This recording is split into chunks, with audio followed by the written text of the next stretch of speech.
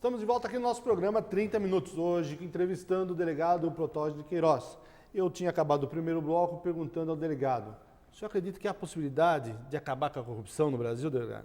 Eu entendo que há possibilidade, com os instrumentos que nós temos, as instituições que nós temos, de diminuir essa progressão geométrica de corrupção no Brasil. Mas como? Se o senhor, o senhor é delegado federal, o senhor fez o seu trabalho e a sua instituição mesmo está ali tolhendo, como acreditar que pode acabar a corrupção? Isso por uma razão muito simples. A maioria do povo brasileiro, a maioria de integrantes dos poderes constituídos na República são pessoas honestas, não são pessoas desonestas. E a maioria da população, ela tem se manifestado no intuito de apoiar o trabalho do combate à corrupção.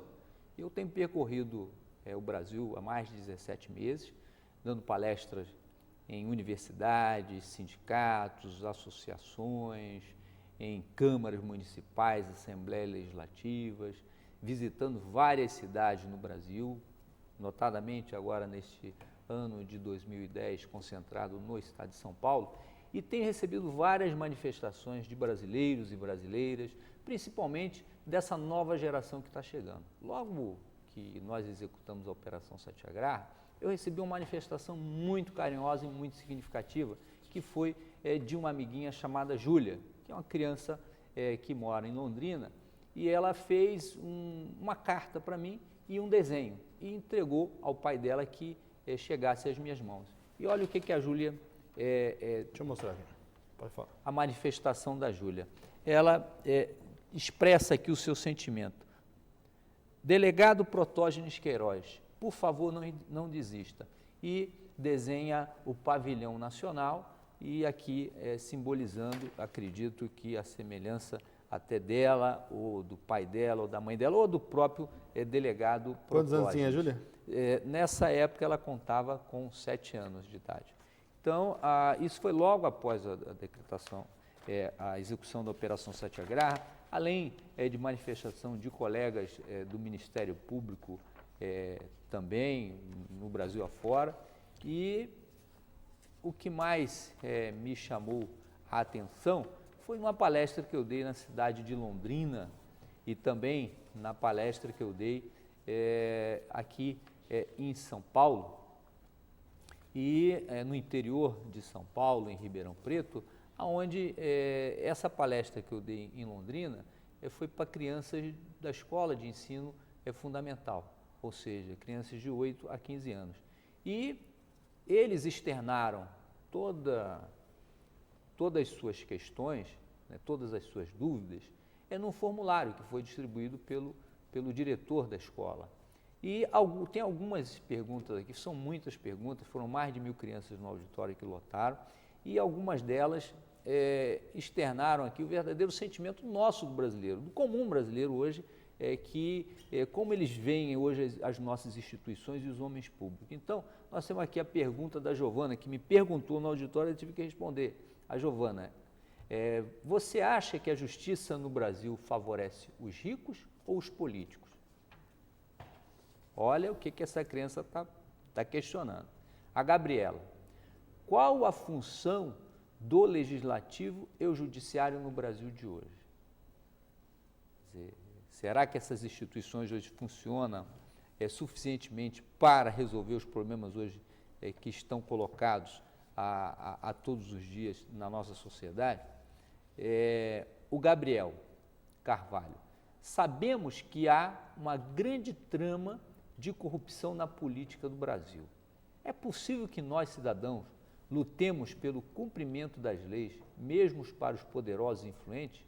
Como faremos para acabar com esse câncer do nosso país, mesmo que tudo se volte contra a nossa ação, mesmo que com isso sejamos até mesmo ameaçados e chantageados? E essa daqui foi da Ana Luísa Vitória, lá na cidade, também no interior, na cidade de Jaboticabal. Eu dei uma palestra no teatro e elas fizeram essa pergunta em conjunto, quando discutia sobre o consumo de crack nas grandes cidades e também no nosso interior de São Paulo. E ela expressa o seu sentimento. Se a Cracolândia incomoda tanto a polícia e o governo, por que vocês não tentam acabar com isso, sendo que é uma coisa muito ruim?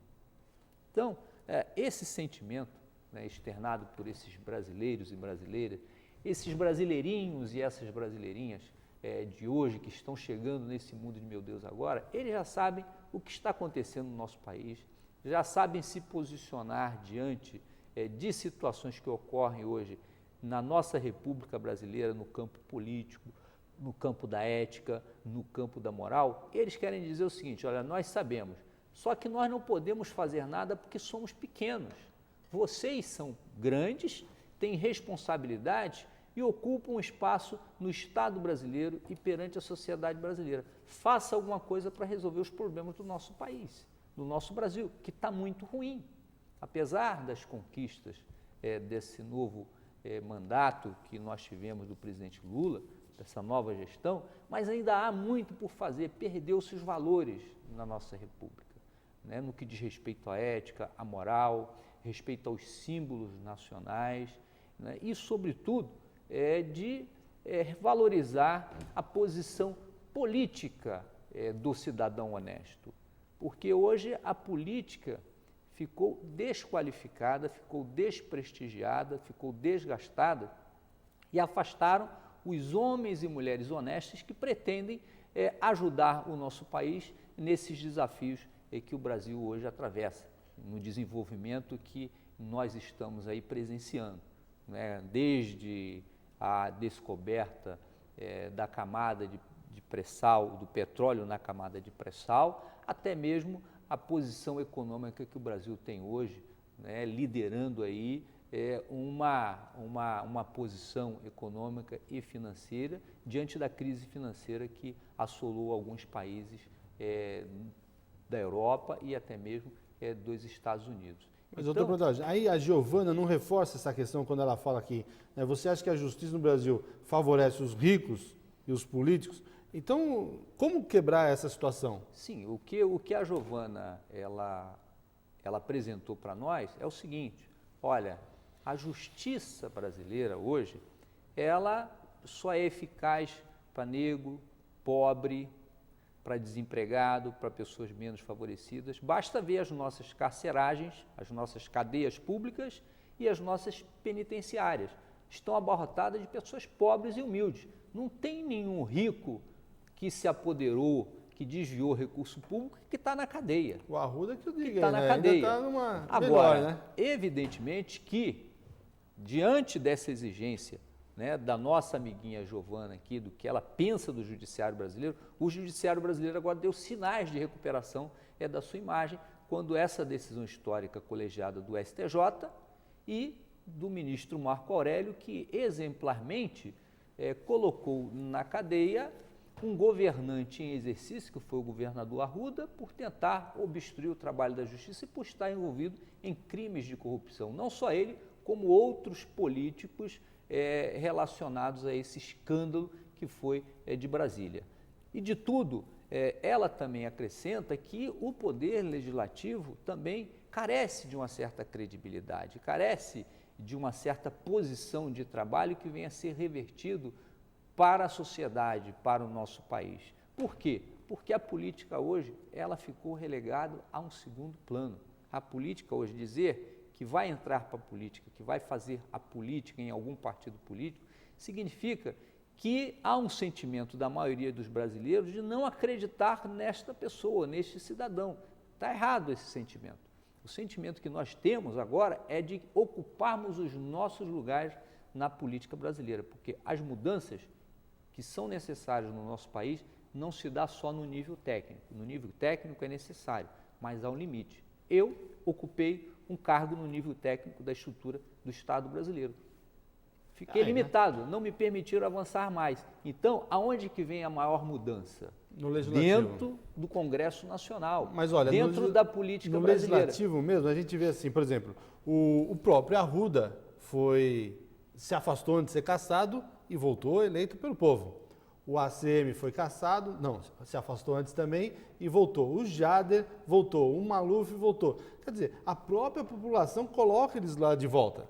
Então não tem como justificar de ter um problema no legislativo, onde seria mais fácil fazer uma análise de quem está sendo candidato para dizer sim, ele serve ou ele não serve, enquanto que essas pessoas que todo mundo sabe qual era o caráter do Arruda acabou voltando. Mas por que ocorreu isso? Porque houve um desgaste, houve uma desqualificação da própria mídia brasileira em tentar desqualificar os partidos políticos, em tentar desqualificar algumas condutas políticas nocivas ao trabalho do Congresso Nacional, o próprio Congresso Nacional envolvido em escândalos, paralisar o Congresso Nacional várias vezes em razão de escândalos descobertos. Por quê? A nossa estrutura, ela é uma estrutura atrasada, ela é uma estrutura arcaica, ela é uma estrutura que permite a impunidade. Para que nós reformularmos essa estrutura, é necessário que nós, homens de bem, pessoas honestas, venham ocupar esses cargos, venham ocupar esses mandatos, porque se nós não se enveredarmos por esse caminho, nós vamos abrir um espaço muito grande na perpetuação dessas pessoas no poder e para a manutenção dessa impunidade e da corrupção no Brasil. É necessário que você, brasileiro, você, brasileira, tome consciência da sua real importância no processo político nacional, porque as mudanças advêm do processo político, não do processo técnico. Delegado, me conta um pouquinho da história da sua família. Seu pai foi militar? Seu pai foi militar? Meu pai foi militar da Marinha, foi ex-combatente da Primeira Guerra Mundial, de 1914. Meu pai fez parte da aviação naval, quando ainda não tinha aeronáutica. E foi homem do regime militar, foi homem da estrutura do presidente Castelo Branco e acompanhou o almirante Protógenes de Guimarães, ao qual eu levo o nome de batismo em homenagem a esse grande brasileiro que foi o almirante Protógenes de Guimarães. E o meu pai foi fazer a intervenção na cidade do Rio de Janeiro, no estado do Rio de Janeiro, com o almirante Protógenes de Guimarães, em homenagem a esse brasileiro, esse grande brasileiro, eu levei o nome. E levo esse nome com muito orgulho. E o meu pai era um homem de caráter inabalável, de conduta inatacável e de princípios bem sólidos relativos à ética, moral. Isso tudo foi fruto dessa educação, tanto do meu pai, que já não se encontra mais nesse mundo, como da minha mãe também, que já está também no andar de cima, né? Eram nordestinos, baianos, eu nasci em Salvador, e meu pai é descendente de portugueses, espanhóis, era branco de olhos azuis, e a minha mãe era uma negra, com a cintura de pilão muito bonita, e daí deu esse fruto, né? Nasceu este ser em construção que é o Protógenes e que produziu aí alguns trabalhos que foram importantes e que significativos no nosso país. Mas um trabalho esse que qualquer brasileiro tinha condições de fazer. E nessa história, como vai ser o seu futuro? O senhor falou do seu passado, do seu presente, o seu futuro, como será? O meu futuro, eu acredito já dizem que o senhor é candidato. Que está nas mãos do povo brasileiro, né, esse futuro profissional do Protógenes.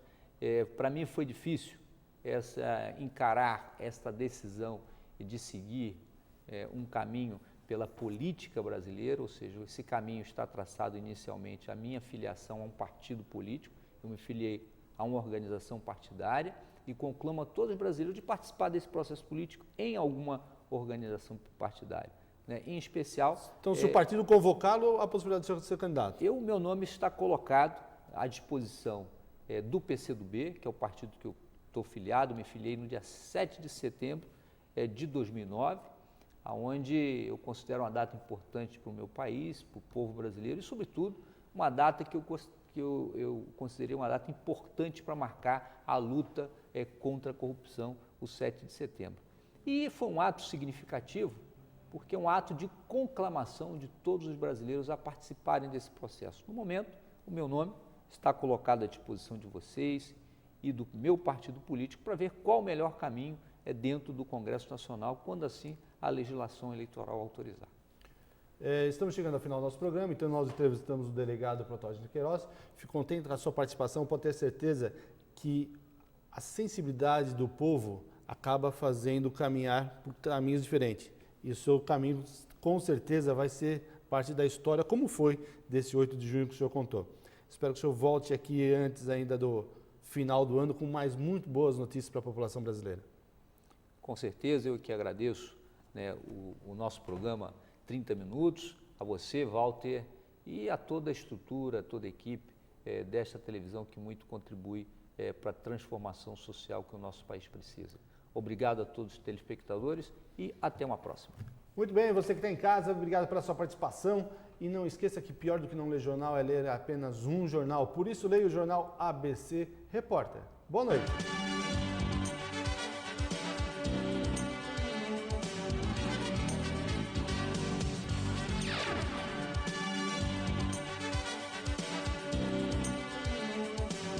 Pior que não ler jornal é ler apenas um jornal. Leia, assine e anuncie no jornal ABC Repórter. 4224-4789. Se você é notícia, foi ou vai ser, ligue para a nossa redação ou mande um e-mail para redação@jornalabcreporter.com.br. ABC Repórter, o diário. www.jornalabcreporter.com.br. Caribe, luz, cor e alegria. Saia do lugar comum. Vá para o Caribe. Você merece viver os fantásticos cenários de lindíssimas praias. Caribe é sol o ano todo. É gente de todo mundo. É música e dança. Há 17 anos, a Sanchat Tour é uma das empresas que mais leva brasileiros a este paraíso. Caribe é com a Sanchat. Sanchat Tour.